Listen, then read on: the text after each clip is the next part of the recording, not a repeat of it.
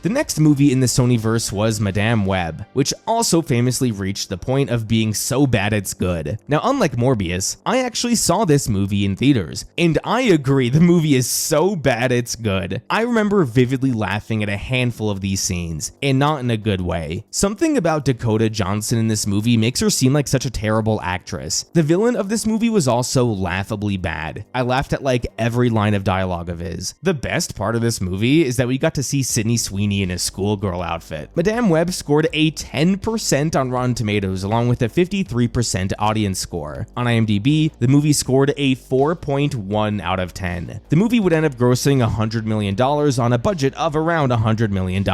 So financially, this movie was even more of a failure than Morbius. There were reports that Sony had plans for more Madame Web films, but because the movie did so poorly, those plans were obviously scrapped.